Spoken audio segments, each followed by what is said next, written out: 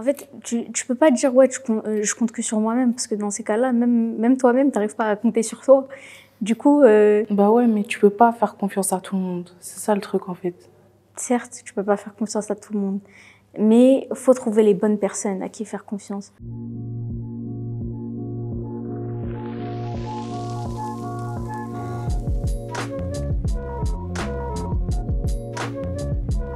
Bonjour, je suis Noah et bienvenue au J-Talk. Tout d'abord, sachez que J-Talk est une émission qui donne la parole aux jeunes. Et aujourd'hui, J-Talk est à la mission locale de Aulnay-sous-Bois. Et avec moi se trouvent des invités de marque. La crème de la crème, je dis bien l'élite de l'élite. Nos J-Talkers. Et je les laisse se présenter. Bonjour, je m'appelle Logan. J'ai 19 ans. Je suis animatrice et j'adore travailler avec les enfants. Bonjour, je m'appelle Abou, j'ai 19 ans. Je suis animatrice et dans la vie, je suis modèle make-up. Alors, bonjour, moi c'est Afash, j'ai 19 ans. Je kiffe les jeux vidéo et ma passion, c'est le paranormal. Bonjour, moi c'est Rizlen, j'ai 20 ans. Et dans la vie, je kiffe voyager et je kiffe les séries américaines et espagnoles. Salut, je m'appelle Randy, j'ai 24 ans et je kiffe le foot. Alors, pour ma part, je m'appelle Mariem, j'ai 24 ans et je kiffe voyager, profiter de la vie.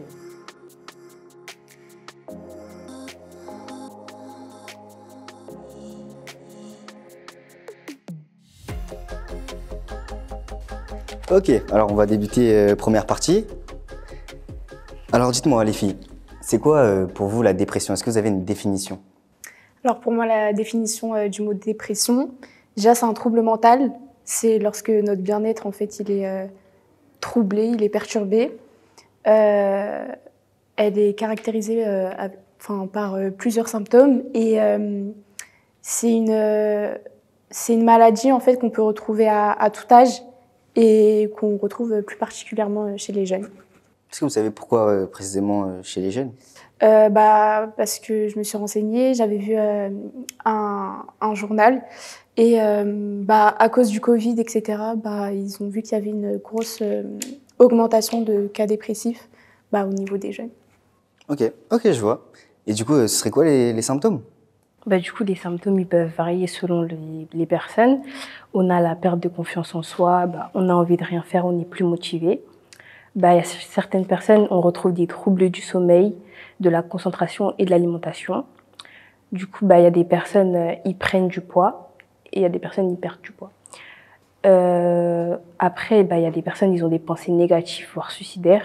Et voilà. Après, il y a aussi des personnes qui sont désorganisées, je sais pas si tu l'as dit. Ouais, qui sont en manque. Ouais, voilà, en fait, soit ça rentre dans la perte de motivation. Puisque...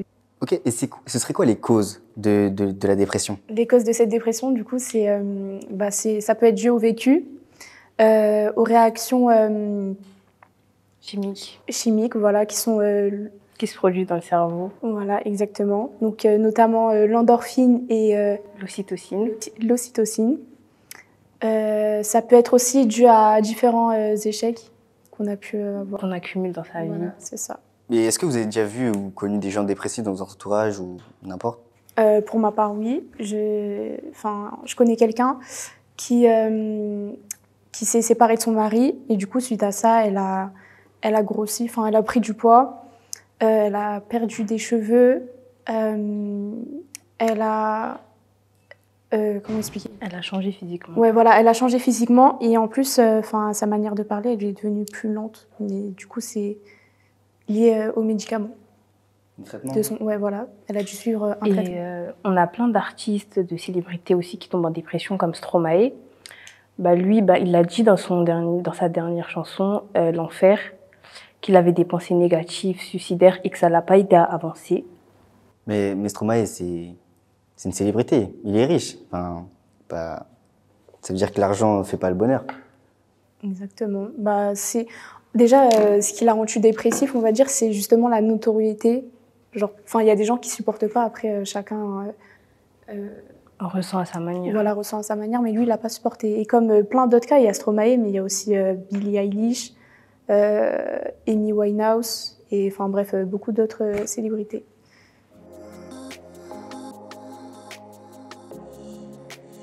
Ok, bah on démarre directement avec la deuxième partie. Dites-moi, selon vous, c'est quoi le plus gros impact de la dépression?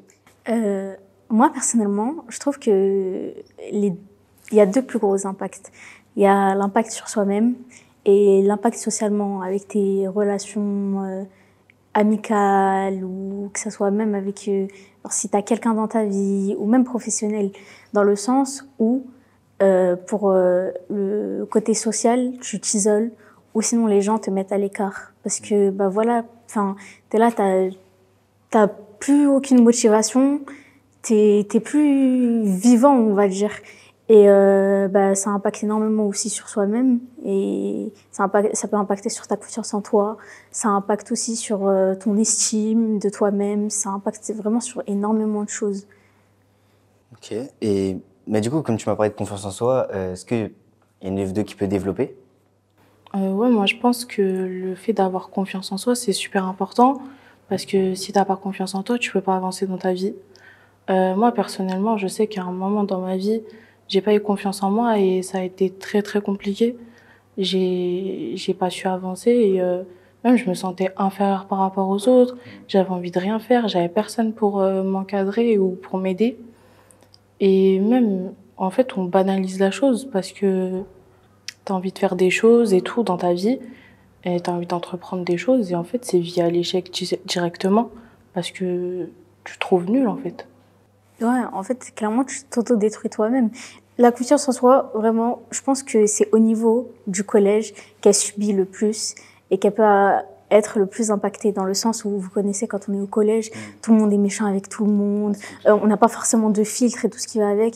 Du coup, t'es là, tu peux te manger des grosses remarques et forcément, toi, t'es faible mentalement parce que c'est pas un truc que tu connais forcément. Ouais. En fait, le truc, c'est que tu restes bloqué sur cette période toute ta vie. Même si, par exemple, le collège, c'était quand t'avais 11 ans et tout. Dès que t'as 20 ans, en fait, t'as l'impression que t'as toujours 11 piges parce que tu seras jugé toute ta vie, en fait. Bah, c'est quelque chose qui part pas. Ouais, voilà, c'est ça. Et surtout, je trouve qu'il y a un truc qui est quand même assez important, c'est que quand t'as pas confiance en toi, bah déjà tu t'aimes pas et tu comprends pas pourquoi les gens t'aiment, pourquoi les gens te complimentent, pourquoi ils t'encouragent. Du coup, même s'ils t'encouragent, tu te dis ouais mais c'est faux en fait. D'ailleurs, je crois que j'avais vu une trend sur TikTok où justement c'était pas en rapport avec tout ce qui est mal organisé, etc. C'est plus niveau drogue. Est-ce que la drogue pourrait avoir un impact sur la dépression? En fait, je pense que la drogue c'est pas c'est un réconfort, c'est pas une conséquence ou quoi que ce soit. C'est comme en fait l'automutilation et tout. C'est des trucs qui sont tristes à voir, tu vois. Et bizarrement, ben, ces personnes-là, en se faisant du mal, elles se sentent bien après. En fait, quelque part, tu trouves un réconfort. Ouais, quand t'as Tu personne. sens mieux, en fait. Mais ouais, mais c'est terrible après vu extérieurement quand même. Ouais, mais quand t'as personne pour t'entourer et que tout le monde autour de toi peut pas te comprendre, bah, c'est quelque part la seule chose que tu trouves à faire. Et tu te renfermes sur toi-même et en fait tu peux pas te dire ouais je compte que sur moi-même parce que dans ces cas-là même toi-même t'arrives pas à compter sur toi. Du coup Bah ouais, mais tu peux pas faire confiance à tout le monde. C'est ça le truc en fait. certes tu peux pas faire confiance à tout le monde mais faut trouver les bonnes personnes à qui faire confiance. Faut trouver les bonnes personnes, mais faut pouvoir garder son jardin secret et ne pas pouvoir tout dire parce que après tu vas te sentir mal en fait. Tu vas rentrer chez toi, tu vas te dire waouh, pourquoi j'ai dit ça? Après ça c'est totalement normal et après mais moi personnellement je pense que si tu dis ça en ayant parlé à une personne c'est que forcément t'as pas parlé à la bonne personne dans le sens où tu t'es peut-être senti jugé ou quoi que ce soit et franchement ça je trouve que c'est quelque chose qui est quand même assez important. Le fait d'être bien entouré. Ouais, bah c'est totalement ça en fait, le fait d'être bien entouré. Quand tu vois, il y a des personnes, t'es là, tu leur parles et tout, être là, je dis ah ouais chaud, ah ouais t'inquiète, ah ouais t'inquiète, ça va passer, tout ce qui va avec. Ben non, en fait non, ça va pas passer. Et si je t'en parle, c'est que c'est vraiment un problème. Ouais, bah, et surtout que je trouve que dans notre société actuelle, on a quand même beaucoup de mal à s'exprimer et beaucoup de mal à parler. Parce qu'on a peur du jugement. Ben justement, c'est ça. Et du coup, si je viens, je t'en parle, c'est que je suis arrivée à un point de non-retour. On attaque directement la dernière partie.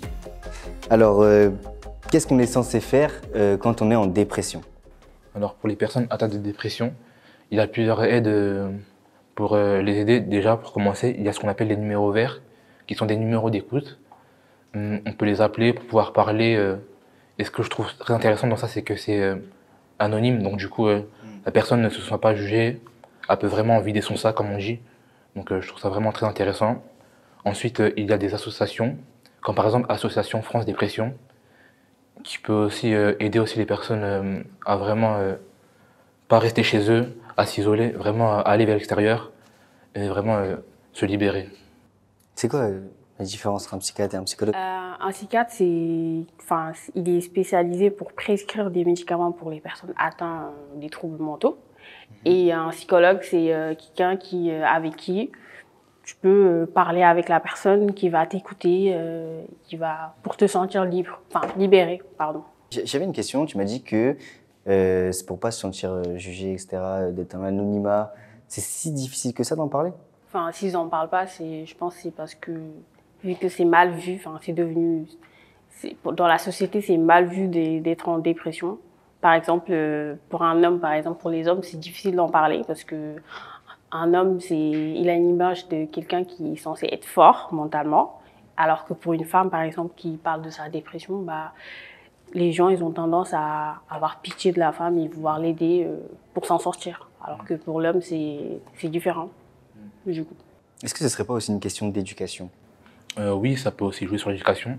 Par exemple, on sait que dans certains pays africains, en tant qu'homme, on n'a pas besoin de se plaindre, on doit être fort, on doit vraiment être la tête de la famille. Donc du coup, on ne peut pas se permettre d'être faible, entre guillemets.